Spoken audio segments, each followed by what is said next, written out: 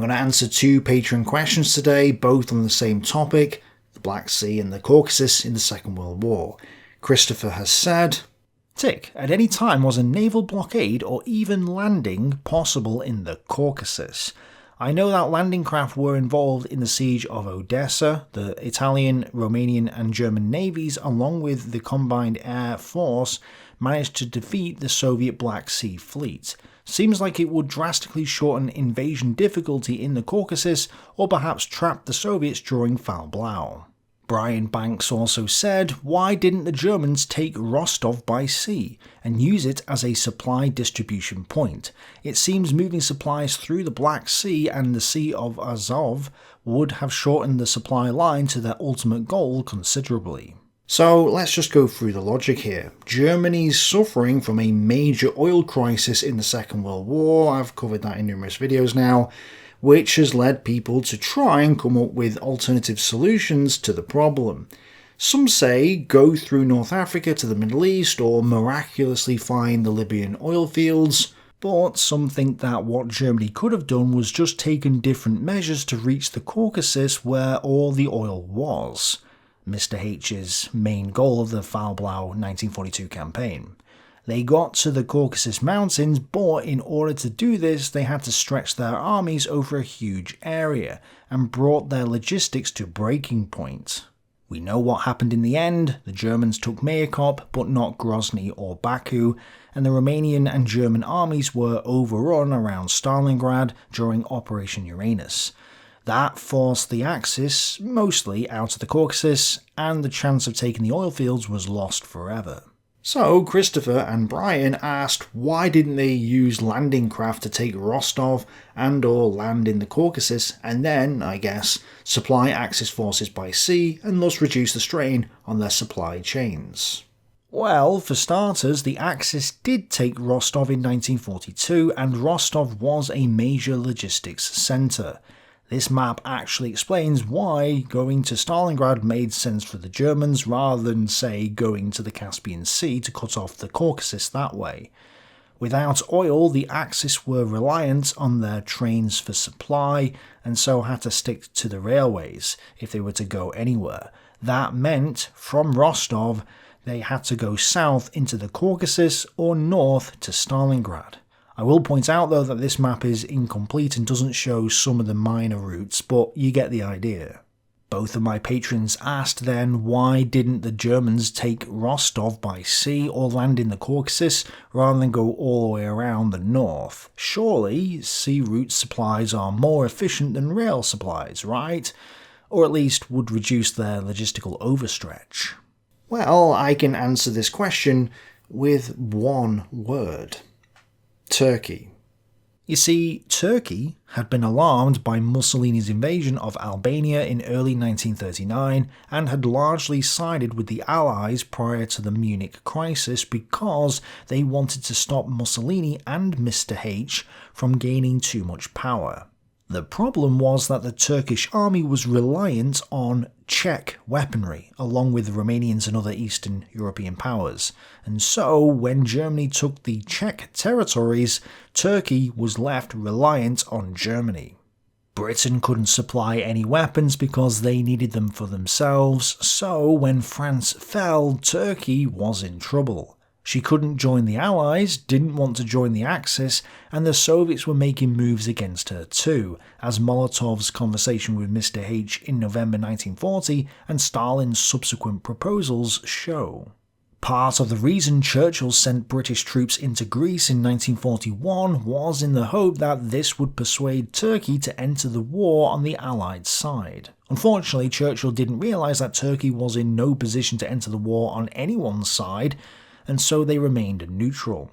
The point of all this is to say that the Turks remained neutral, and as a result, no Allied, Soviet or Axis warship could use the Dardanelles. Therefore, the only ships that were available in the Black Sea were the ones already in the Black Sea. In the 1930s, the Soviets had expected trouble from the Axis powers, including Romania, Bulgaria, Turkey and Italy, and so had prepared accordingly. At the start of the war, the Black Sea Fleet had 1 battleship, 6 cruisers, 16 destroyers, and a bunch of smaller ships and a load of submarines. I haven't found a source in English that lists the Romanian fleet numbers, so I'm having to rely on glorious Wikipedia here, the greatest source since tomato, but according to Wikipedia, the Romanian navy consisted of 4 destroyers, a frigate, and some other ships, plus 8 submarines. In other words, they were completely outmatched.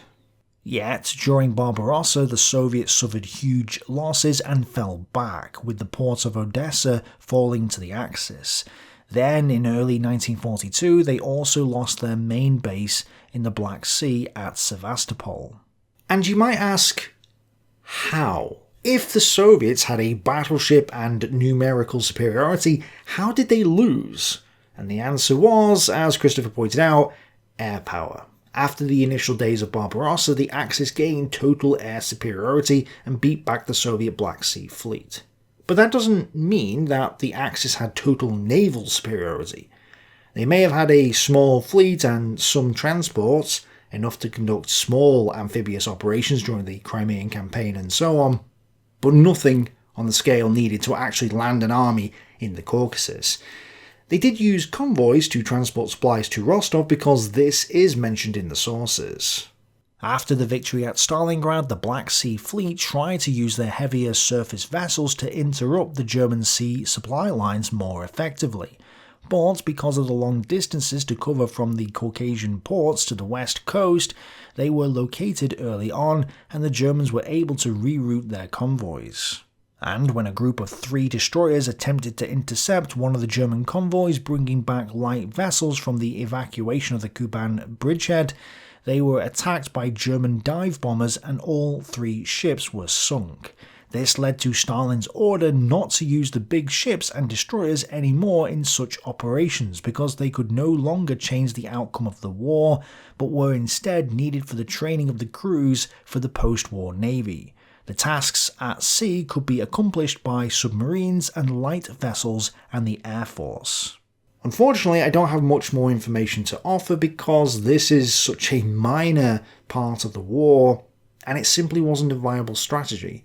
The Axis didn't have enough ships in the area to conduct a major amphibious landing or a major supply operation. Even assuming they somehow got Turkey on their side or they took her out, I don't think that would have solved their problems. The Axis oil crisis restricts the amount of ships they can put to sea. They struggled to supply Rommel in North Africa, and he only had 1 army with 2 panzer divisions, an Italian armoured division, and a few motorised and infantry divisions. If they can't supply Rommel effectively by sea, what chance would they have had of supplying an army group in the Caucasus by sea at the same time as they're trying to supply Rommel? I would say that they don't. Also, Christopher's idea of blockading the Caucasus doesn't make much sense because you can't blockade the Caucasus.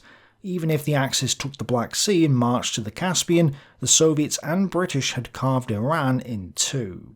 Supplies could flow through Iran, if not through the Caspian Sea to the Baku area, thus making a blockade impossible.